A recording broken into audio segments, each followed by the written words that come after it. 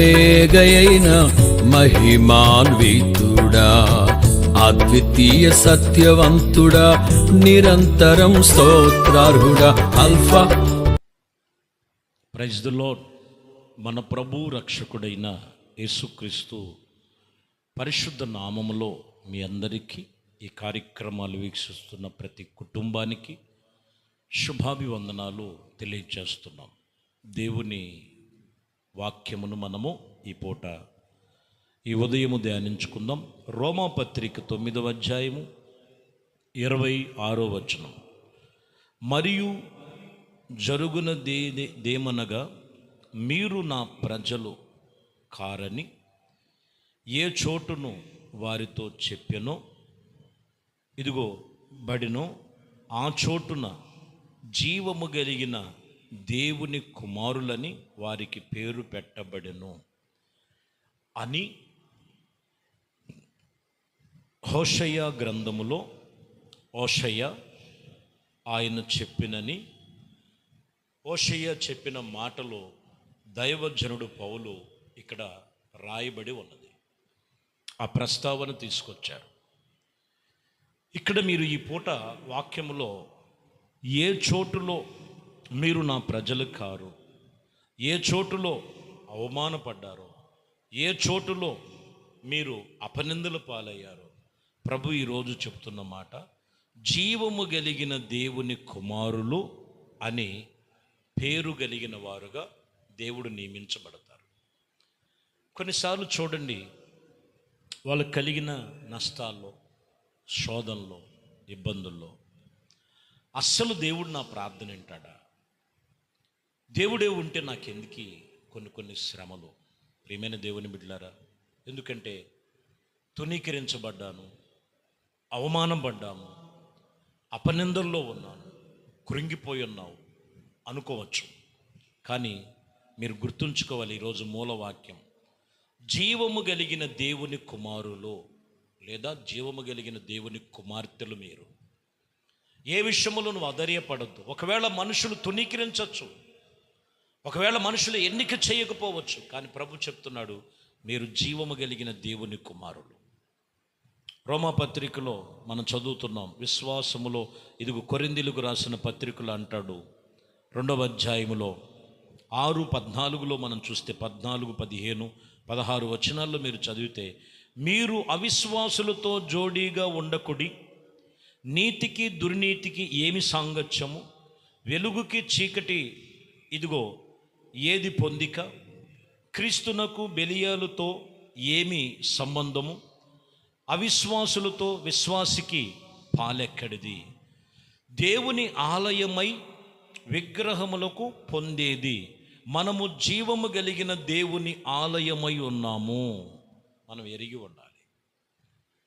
ఇక్కడ మీరు దైవజనుడు పౌలు చెప్తున్నటువంటి మాటల్లో, మీరు విశ్వాసులతో జోడి చెయ్యాలి కానీ అవిశ్వాసులతో కాదు. అవిశ్వాసులతో జోడి ఎక్కడ? దుర్నీతితో సాంగత్యం ఎందుకు? చీకటితో ఏది పొందిక ఉందా? ఇక్కడ గమనించాలి, మీరు దేవుని ఆలయమై ఉన్నారంటాడు. ఇక్కడ మీరు దేవుని కుమారులై ఉండాలంటే మీ హృదయము దేవుని ఆలయమై ఉండాలి. అవిశ్వాసులతో జోడి చేస్తాం, లోకములు అపవిత్రమైన వాటితో ఉంటాం, వ్యర్థమైన వాటి చోటు చూస్తుంటాం. మీరు దేవుని కుమారులు అనబడినా, దేవుని కుమార్తెలు అనబడాల్సినటువంటి ప్రతి విషయంలో మీరు దేవుని ఆలయమై ఉన్నారని మీరు గుర్తించాలి. మీ హృదయము దేవుని ఆలయముగా మార్చుకున్నప్పుడు వారు దేవుని కుమారులు లేదా కుమార్తెలు అని పిలువబడతారు. మత్తయి సువార్తలో 5వ అధ్యాయములో 9వ వచనములో మీరు చదివితే, సమాధానపరచువారు ధన్యులు, దేవుని కుమారులు అనబడుదురు. దేవుని యొక్క కుమారులు అనబడటానికి గల కారణం ఏంటంట? సమాధానపరచాలి, సమాధానముగా ఉండాలి. నీ ఇంట్లో సమాధానం ఉండాలి, నీ చుట్టుపక్కల ప్రాంతంలో సమాధానముగా ఉండాలి, సంఘములో సమాధానముగా ఉండాలి, దైవజనులతో సమాధానముగా ఉండాలి. అన్నిటికన్నా దేవుడితో నీకు సమాధానం ఉందా? కొన్ని దేవునికి విరోధమైన వ్యతిరేకమైన చేస్తుంటారు. దేవునికి మనిషికి సమాధానం ఉండదు. మనుషులతో అందరితో సమాధానంగా ఉంటారు, అందరిని పలకరించుకుంటూ ఉంటారు, అన్ని చేస్తుంటారు. కానీ దేవునితో సమాధానముగా ఉండాలంటే నువ్వు దేవుడితో సమాధానముగా ఉండినప్పుడే దేవుని కుమారులని పిలవబడతారు. దేవునితో నువ్వు సమాధానముగా ఉండాలి. దేవుడు చెప్పినట్లుగా అన్ని విషయాల్లో నువ్వు సమాధానము కలిగి ఉన్నప్పుడు వారు దేవుని కుమారులు అనబడుదురు. కీర్తన 37వ అధ్యాయము 37వ వచనములో, నిర్దోషులను కనిపెట్టుము, యథార్థవంతులను చూడుము, సమాధానపరుచు వారి సంతతి నిలిచి ఉండును గాని ఒకరినొకడు ఇదిగో నిలవకుండా అపరాధములు నశించెదరు అని రాయబడింది. ఇక్కడ ప్రాముఖ్యమైన మాట, నిర్దోషులను కనిపెట్టువాడు దేవుడు, యథార్థతలను చూసేవాడు దేవుడు, సమాధానపరుచు వారి యొక్క సంతతిని నిలవబెట్టువాడు ఆయన. ఈరోజు ఇక్కడ ఈ వాక్యములో మనం చూస్తే సమాధానపరుచువారముగా ఉండాలి, నిర్దోషత నీలో ఉండాలి, యథార్థత నీలో ఉండాలి. దేవుడు వాక్యం చెప్తున్నమాట. అప్పుడు ఆయన సన్నిధిలో నిలిచి ఉంటారు, ఆయన సన్నిధిలో ఆశీర్వదించబడతారు, ఆయన సన్నిధిలో ఫలిస్తారు, ఆయన సన్నిధిలో పరిపూర్ణమైన కృపతో నింపబడతారు. ఫిలిప్పీయులకు రాసిన పత్రిక 2వ అధ్యాయంలో 14-15 వచనములు మనం చదువుతున్న 14 వచనములు అంటారు, మీరు మూర్ఖమైన వక్ర జనము మధ్య నిరపరాధులై నిష్కలంకులై ఇదిగో నిందలను మీరు నిందారహితులుగా ఉన్నప్పుడు దేవుని కుమారులు అనబడినట్లు దేవుని కుమారులని పిలువబడతారు.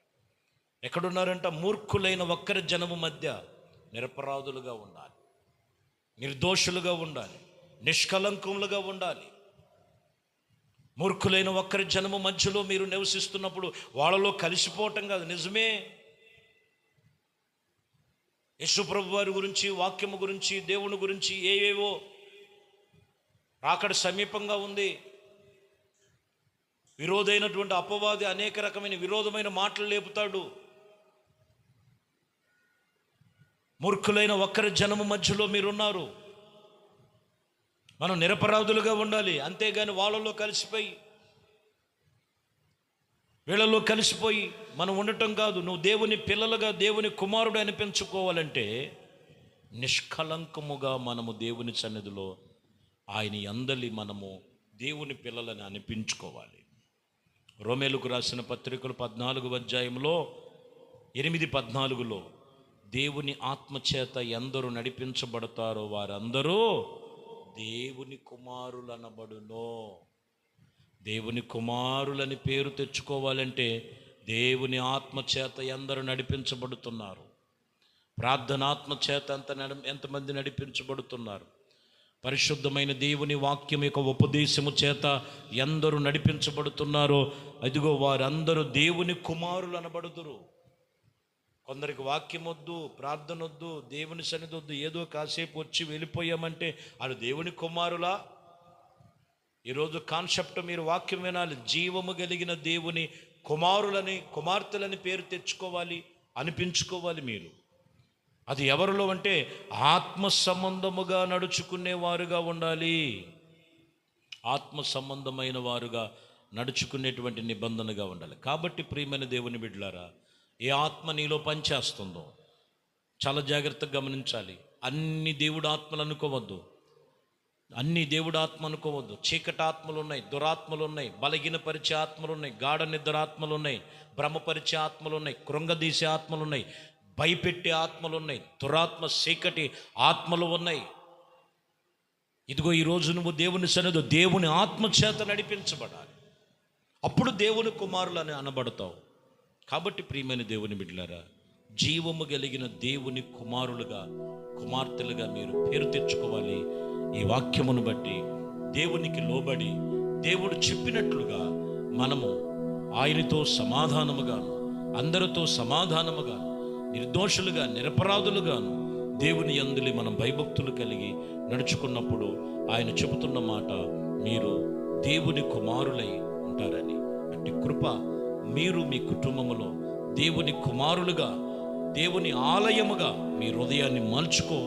దేవుడి పిల్లలుగా మీరు ఆశీర్వాదాలు పొందుకోండి. దేవుడి సన్నిధిలో ప్రార్థన చేద్దాం. అందరము కూడా కలిసి ఈ ప్రార్థనలో ఏకీభిద్దాం. మహాపరిశుద్ధుడా, ప్రేమ స్వరూపి, దయగలిగిన మా ప్రభువా, మీ శ్రేష్టమైన పరిశుద్ధ నామమును బట్టి నీకు వందనాలు, స్తోత్రాలు. ఎందరో ఎందరో ఎందరూ ఇదిగోనైనా మూల వాక్యములో, రోమేలుకు రాసిన పత్రికలో ఇదిగోనైనా నా ప్రభువా, మరి నిందలలో ఉన్న, అవమానాలలో ఉన్న, అపజయాలలో ఉన్న వారందరినీ తునీకరించబడి ఉన్న దేవుని యందు, దేవుని ఆత్మ చేత, వాక్యము చేత సరిచేయబడి ప్రతి ఒక్కరు కూడా దేవుని పిల్లలుగా, దేవుని కుమారులుగా ఉంటారని వాక్యం చెప్తున్నారు. ఈ వాక్యం వింటున్న ప్రతి కుటుంబం, మీరు భూమి మీద ఏర్పరచబడిన పిల్లలు నాయన, మీరు భూమి మీద ఏర్పరచబడిన పిల్లలు, వారిలో ఎటువంటి ఆటంకపరిచే ఆత్మలు తొలగించి దేవుని కుమారులుగా ఉండటానికి వాళ్ళ హృదయమే దేవుని ఆలయముగా మార్చుకొని దేవుని పరిశుద్ధమైన జీవితము జీవించే కృపలో స్థిరపరచమని, మహిమ, ఘనత, ప్రభావాలు మీకే పొందుకోమని నజరేయుడైన యేసుక్రీస్తు నామములో ప్రార్థించి వేడుకొనుచున్నాము తండ్రి. ఆమేన్. ప్రభు మిమ్మల్ని దీవించి ఆశీర్వదించునుగాక.